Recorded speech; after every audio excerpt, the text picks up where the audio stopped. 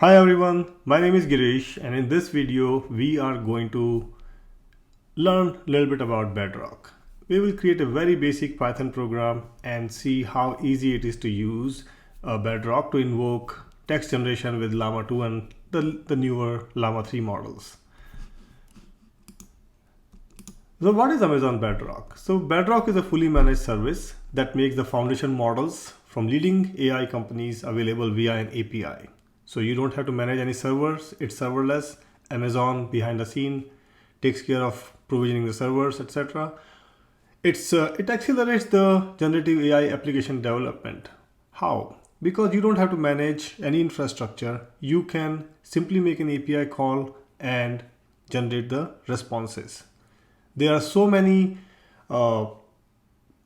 use cases for which you can use Bedrock. For example, text generation, image generation, search, text summarization, and chatbot. And in this particular video, we are going to focus on text generation and see how easy it is to make calls to a model or use a foundation model using an API. And you pay based on the number of tokens that you send in and receive, as well as like number of invocations you have. So we'll get a little bit familiarity with that as well.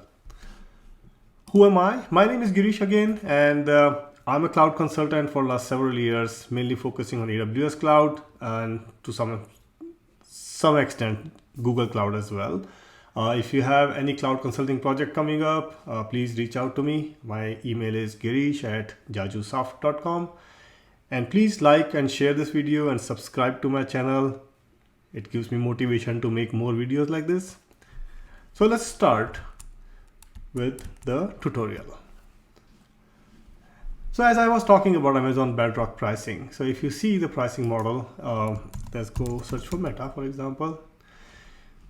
The price for 1000 input token is about, not sure what it is, like probably 100,000 input token would be 0.75 cents. And so it's, as you can see, it's so cheap to use instead of maintaining your own servers. And especially if you're just developing an application and playing around, then it's perfect use for just test the water basically, right? So the pricing is very simple and straightforward, and as you see, more tokens input, more tokens output, and number of API calls that you make. So that's how you always have a predictive pricing. So this is, I am here in my AWS console, and you can go to Amazon Bedrock, or you can search in the text box up there, and here we will see the list of models. For example, let's go and check base models. So you can see there are multiple companies, Anthropic, Meta, Amazon itself, and there are so many companies have so many different kind of models for different use cases. And in this video, we will be playing around with Llama 2 and a Llama 3 8B construct model, which comes from Meta. So let's start with the tutorial, and let's see, I'm here in my folder. I don't have any files yet, so let's start creating some content. So one thing, you should have the latest AWS CLI installed, as well as latest version of Boto 3, because Bedrock is a little bit newer service, relatively newer, and the older version of Boto 3 doesn't have support for it. So please make sure you have those before you start this. And second thing is, you should have your AWS CLI configured with an AWS user or the role, so that it has access to Bedrock. So I have set up those, and if you need help with those, please check some documentation. There are plenty of documentation available about that.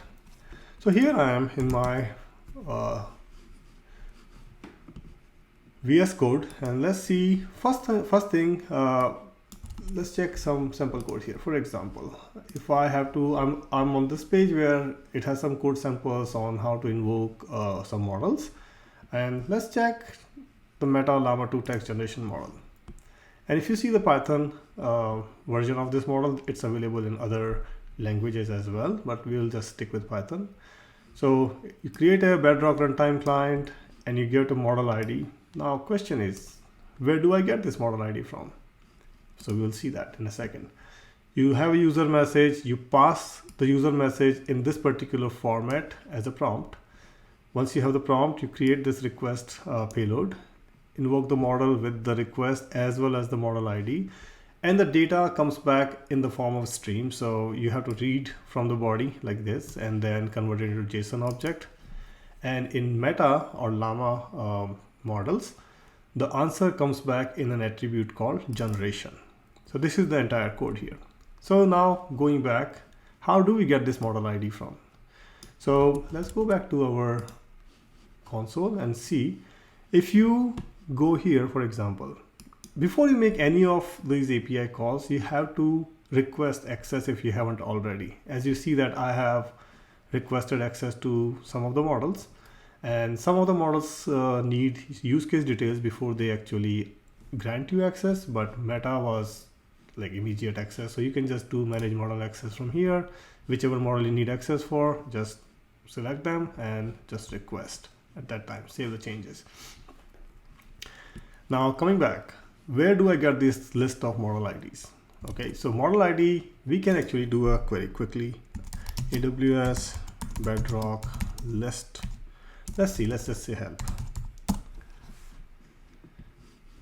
So it will give you all the available API calls or the CLI calls that are available. So we are going to look at list the foundation models call. So Amazon Bedrock list foundation models, and let's just save it to a file. Let's say all foundation model.json. So I have this file right here. If you look at this file, let me just increase the fonts a little bit. If you look at this file, and you can see that you have the model ARN for various models, then the model ID. This is what we need to pass to the model, and what are the input and output modalities, whether it's a text, whether it's text and image, whether it's just image, etc., and what kind of inference supported on demand or provisioned, etc., and whether this model is available in your account with the active flag. So let's search for Meta, for example, and let's see. So we have Meta 13B chat v1. We have other models as well for Meta, for example. Let's see. I'll just do search for meta.llama so that we. So you see that you have this chat version. This is 70 billion parameter. We'll be using 13 billion, but you can use 70 billion as well. So we'll use this guy. But and you can also see that there are Llama3, which is the newer Llama model, which is also available, and we'll use that as well, just to demonstrate. So this is how you can get the model ID from by going to AWS CLI or going through documentation. I find this easier because now I have access to all the model IDs that are available. Okay, so how do we query Meta models? So let's create a quick, simple Python program, and then we'll query Meta API or Llama model API. So let's see. let's call it query llama.python. So the way it's going to work is we are going to write some Python program and make the API call. So as you probably know that for Python program, you need to have the Boto3 client to interact with any AWS services. We'll also import JSON. Now we create a client. Client is Boto3.client. Now important thing here is to pass the service name. So we'll say service name is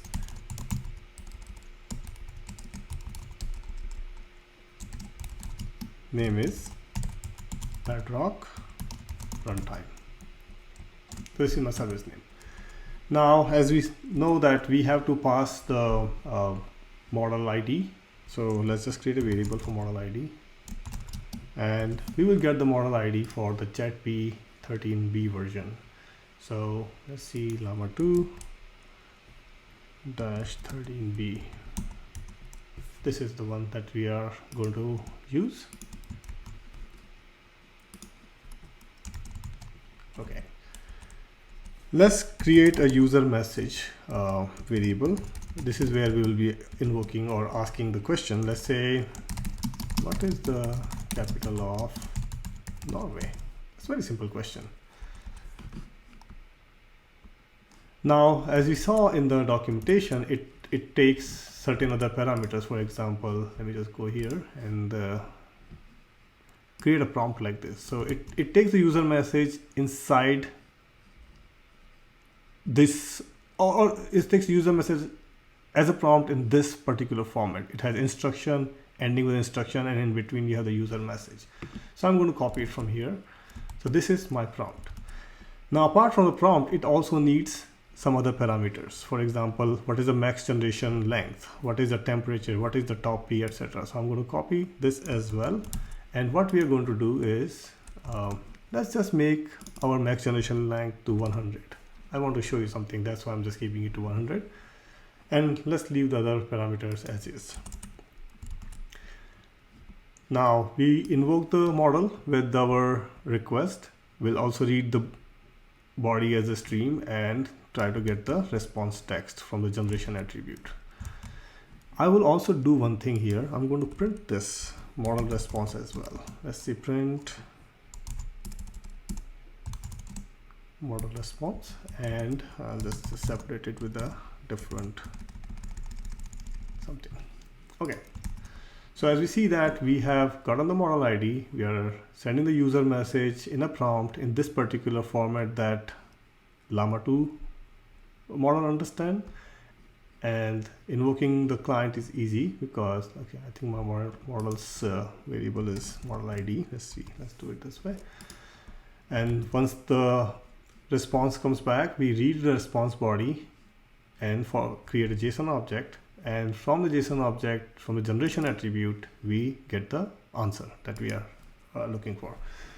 Now, other models have other format in a for input as well as output, but you can check the documentation and see that how you pass for prompt and these in a different variable names basically. So Titan has something else, and same goes for the when you're just reading the response or reading the answer from the model, it is coming in different attributes.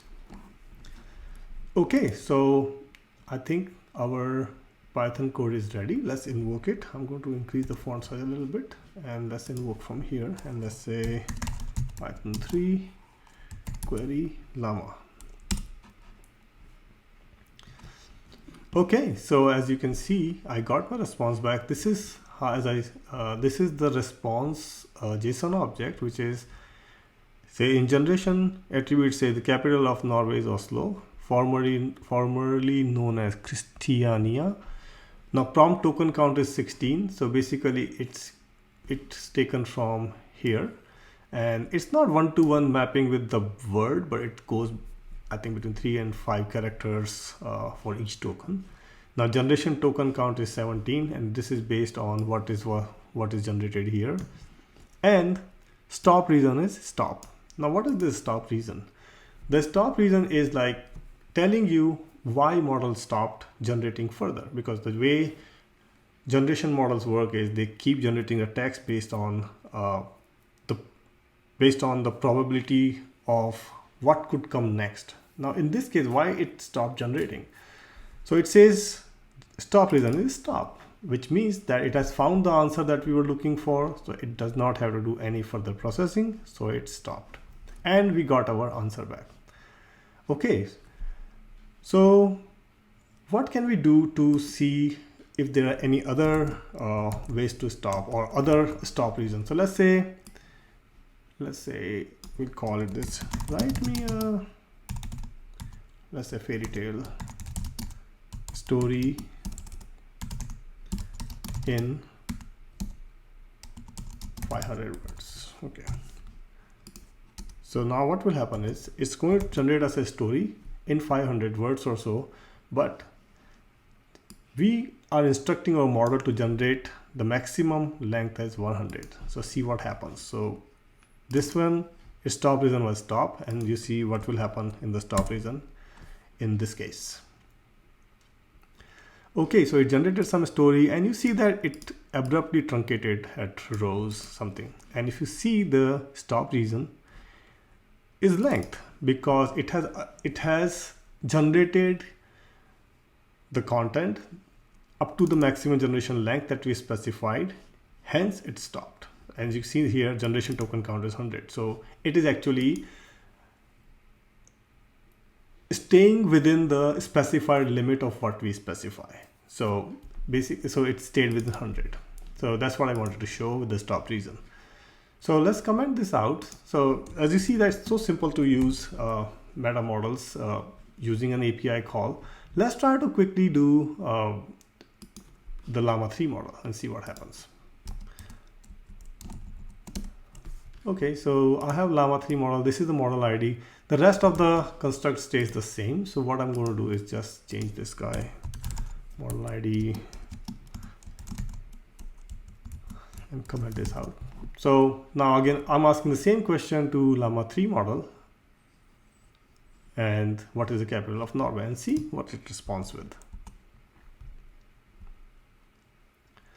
Okay, so you see Llama3 models gave us something like, it gave us the whatever prompt that we sent back, and also it's giving us Oslo like this. Okay, not quite what I expected, but let's see.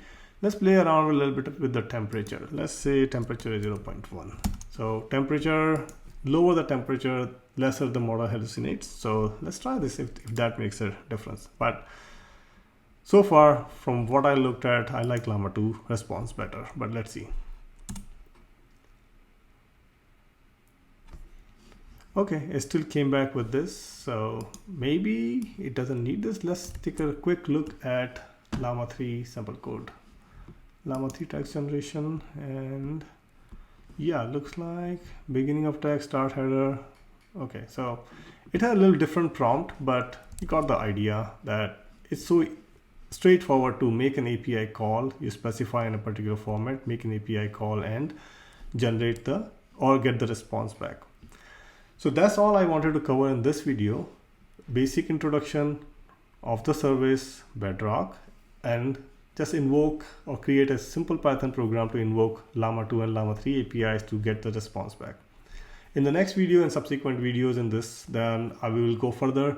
We'll provide a context. We'll also develop some RAG-based applications, etc. So please share and subscribe, and I will see you in the next video. Thank you so much for watching.